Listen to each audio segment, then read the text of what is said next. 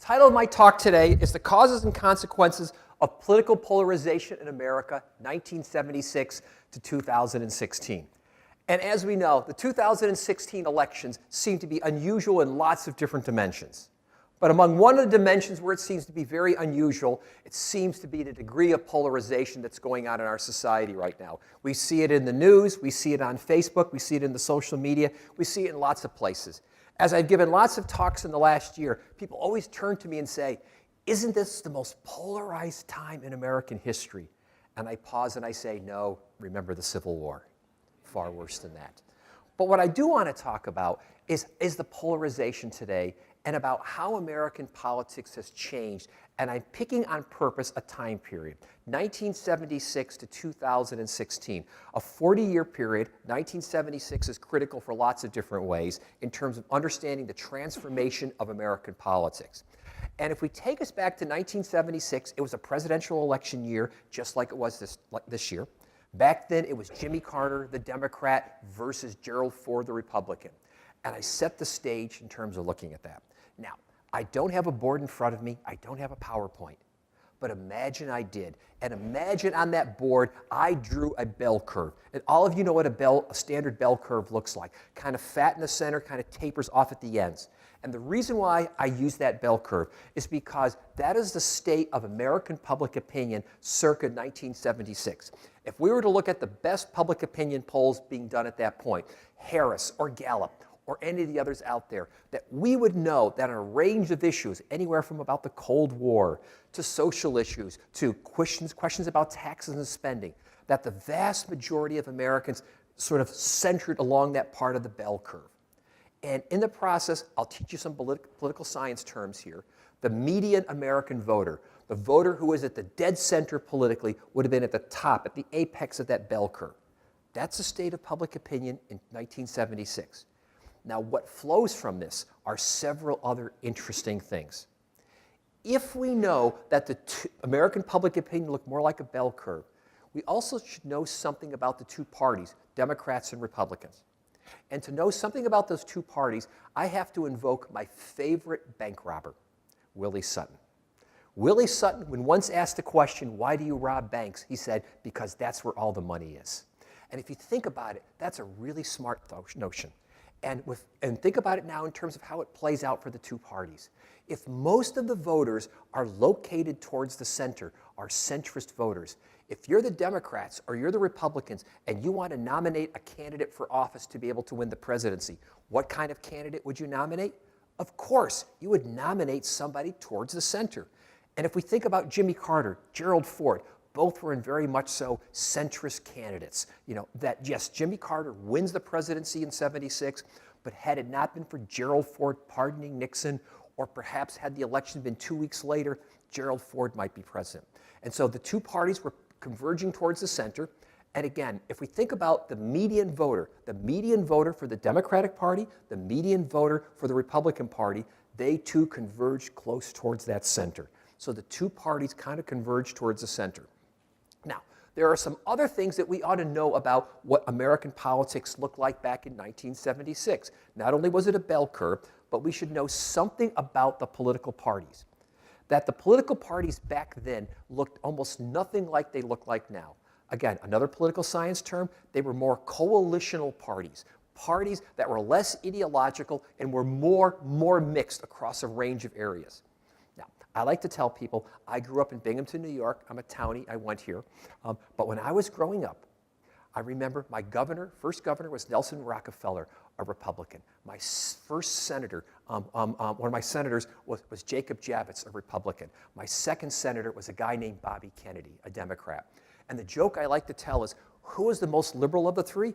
Of course it was easy, Jacob Javits. Who was the most conservative of the three? Of course that's easy to figure out. It was Bobby Kennedy.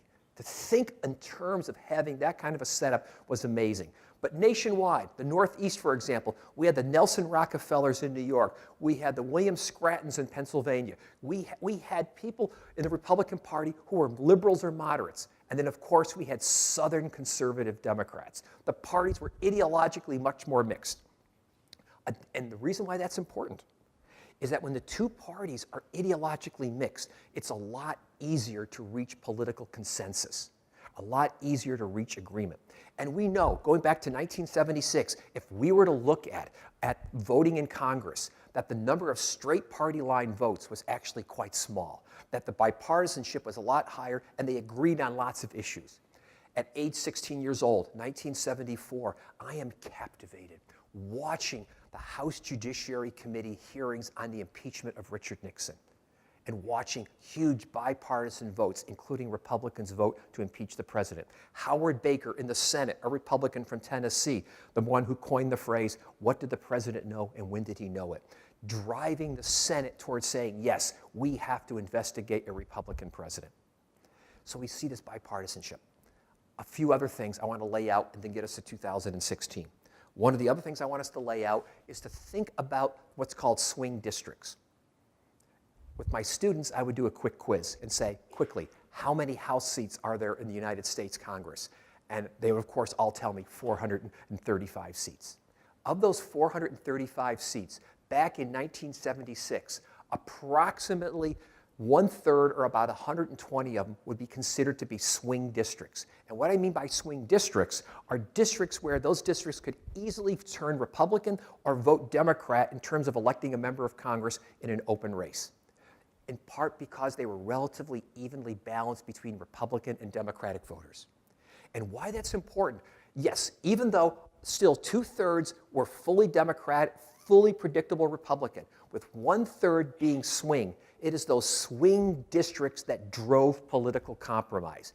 Because think about it, if you come in a district that's equally balanced Republican or Democrat, split ideologically, conservative or liberal, if you stray too far to the left or too far to the right, you've lost your job. You have a political incentive to drive compromise, and we know they did. Last characteristic of 1976 about swing voters. Take us back to 1976. The political science literature would argue and indicate that about 15% of the voters were swing voters. Swing voters, what I mean in terms of people who either switched from voting Democrat or Republican across elections, or they split ticket voted within the same elections. So think about the characteristics now. Bell curve. We had ideologically mixed parties. We had about 1/3 of our seats were in terms of swing districts, and we had about 15% swing voters, one of the results being far more consensus in Congress. Now, forward us to 2016. I've got to tell you a Minnesota story. I teach in Minnesota now. And when I first moved to Minnesota in 1986, my first governor was a pro-life Democrat succeeded by a pro-choice Republican. You would never see anything like that in today's politics. That mixture wouldn't occur. Something has happened over time. Take us back now. Take us back to that bell curve. Imagine one of two ways of thinking about that bell curve now. Either A, step on the center and squish the center towards the sides, or imagine a camel's back. That is the state of public opinion among voters in the United States now. That according to the best studies, and I think the best polling being done is by the Pew Center for People in the Press, Pew Research Center, they go by various names, ask a range of questions about social issues, and what has happened is that we have voters who are moving further and further apart. We see fewer and fewer people who describe themselves as centrist, and what we're seeing is more and more people describing themselves as either liberal, very liberal, or conservative, very conservative.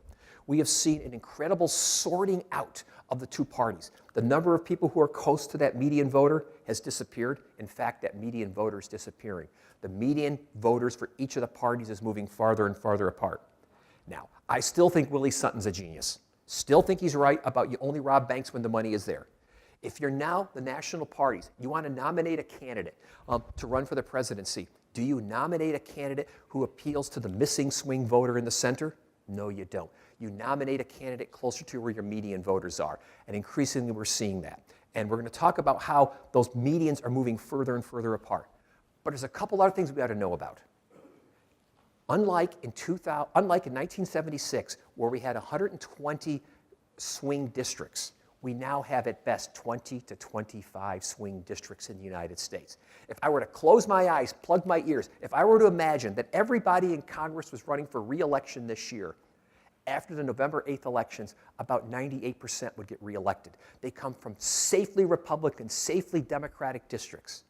And the reason why that's important, this decline of swing districts, is that there is less incentive to compromise. Your constituents send you off saying, do what I've told you as a Republican, do what I've told you as a Democrat. And if you compromise, guess what? You're probably going to get primaried from the right if you're a Republican, primaried from the left if you're a Democrat. One other characteristic, the decline of swing voters. Our partisan attitudes have hardened dramatically in 40 years. 40 years ago, 15% were swing. Now the best evidence is only about 5% of the voters are swing voters. But what it means to be a swing voter is something different now. It's not split ticket voting. It's not voting Democrat or Republican. It's swinging in to vote or swinging out to vote. As a result of all of that, the amount or the number of bipartisan legislation, cooperation among the two parties in Congress has gone down dramatically. We don't see that cooperation. We see the polarization that has occurred. So that's what we're having here in terms of polarization. But just to give you an idea of how significant the polarization is, I'm going to lay out a few characteristics, talk about the causes of it, and I'm just about done. In terms of understanding how polarized we are, easy, I can tell you this. I can make predictions. 98% of those who are African American vote Democrat. 75% Asian American or Hispanic American will vote Democrat. If you're white, male, Caucasian, and married, you're probably going to vote Republican.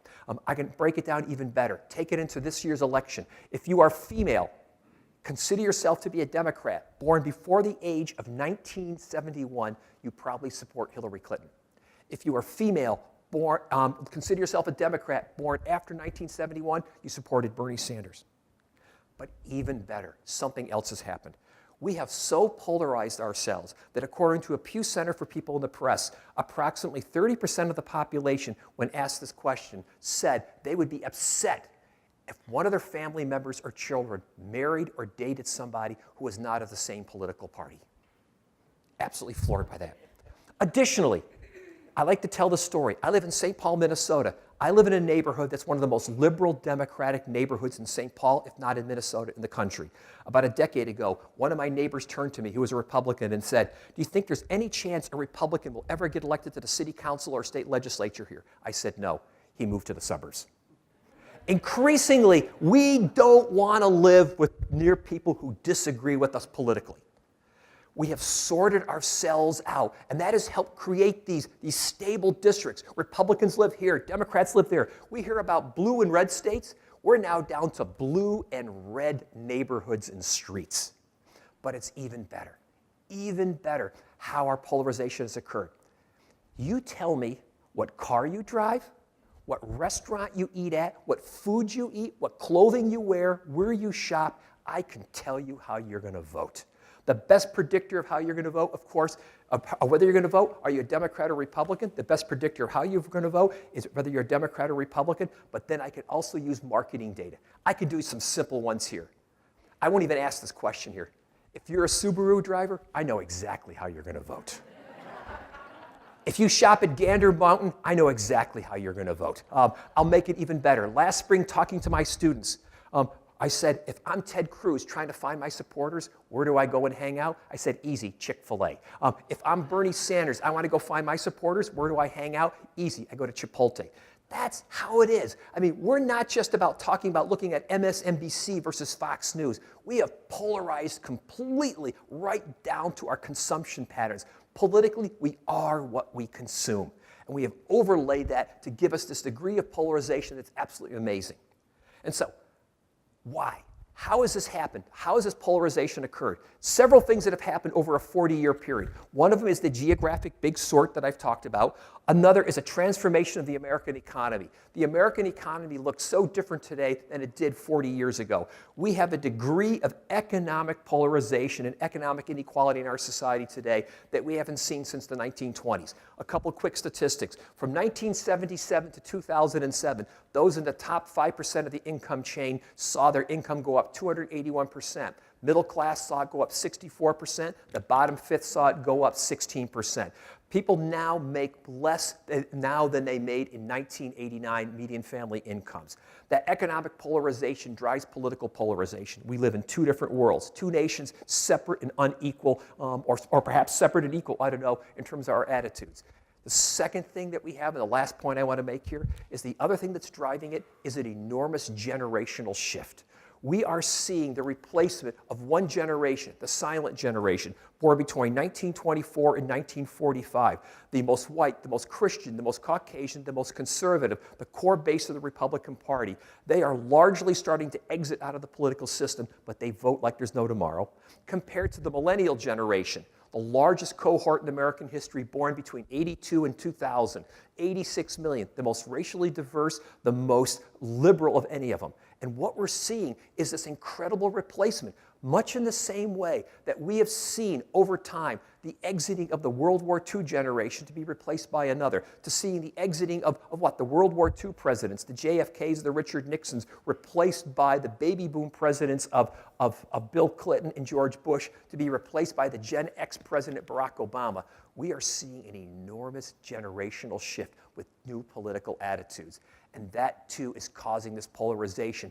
As one old generation is here, another old generation is here, and they are largely exiting. And so 2016 is coming together as perhaps the perfect storm of all these factors, the economics, the generational shifts, the big sorts, all coming together to produce a degree of polarization we haven't seen in a long, long time. But I end it with saying that, guess what? In the next decade, it's going to change. In the next decade, I'll use the nice phrase, we're going to see a significant cohort replacement going on in America, a replacement of people substituted by the millennials that are going to redefine our American political system. Thank you.